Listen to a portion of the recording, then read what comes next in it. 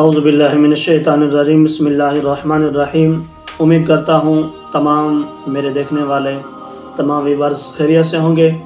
آج الحمدللہ آپ کے سامنے بہت ہی بہترین وظیفہ لے کر آیا ہوں، جو کہ خاص کر ان لوگوں کے لیے ہے جو لوگ قرآن مجید یاد کر رہے ہیں اور جو لوگ قرآن مجید یاد کرنا چاہتے ہیں، ان کے لیے بہت ہی بہترین وظیفہ لے کر آیا ہوں۔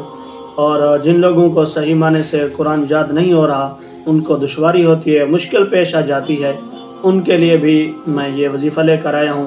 پڑھیں گے تو انشاءاللہ ضرور فائدہ ہوگا۔ اور جن لوگوں نے ماہ رمضان میں قرآن مجید سنانا ہے، قرآن مجید یاد کرنے میں تھوڑی دشواری ہو جاتی ہے، صحیح طریقے سے منزل کو یاد نہیں کر سکتے، تو وہ لوگ بھی یہ ویڈیو ضرور دیکھیں، کیونکہ آپ جب یہ وظیفہ جو آپ کو میں بتانے جا رہا ہوں، یہ وظیفہ آپ پڑھیں گے تو انشاءاللہ آپ بہت ہی اچھے طریقے کے ساتھ منزل یاد کر سکیں گے اور بہت ہی اچھے طریقے کے ساتھ منزل یاد کر کے اپنی تراویح پر سنا سکیں گے۔ تو چلتے ہیں وظیفے کی طرف۔ تو سب سے پہلے ایک لفظ ہے جس کو آپ نے 100 مرتبہ پڑھنا ہے، یا حافظ۔ اس لفظ کو ہر نماز کے بعد 100 مرتبہ آپ نے پڑھنا ہے اور اول آخر درود شریف پڑھنا ہے۔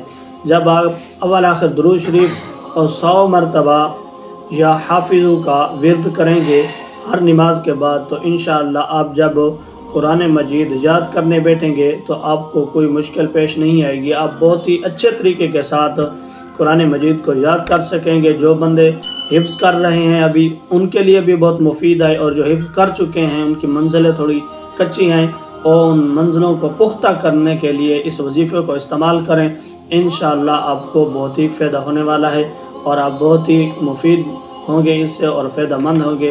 یہ وظیفہ آپ کے لیے بہت ہی اچھا ہوگا، تو آپ اس کا ورد ضرور کیجئے گا، کیونکہ میں نے خود بھی اس وظیفے کو پڑھا ہے اور میں خود بھی اسی کو پڑھ کے ہی اپنا قرآن مجید یاد کرتا ہوں۔ تو انشاءاللہ امید کرتا ہوں آپ کو میری ویڈیو اچھی لگی ہوگی۔ ملتے ہیں نیکسٹ ویڈیو میں۔ السلام علیکم ورحمۃ اللہ وبرکاتہ۔ اسلام اینڈ پاکستان زندہ باد۔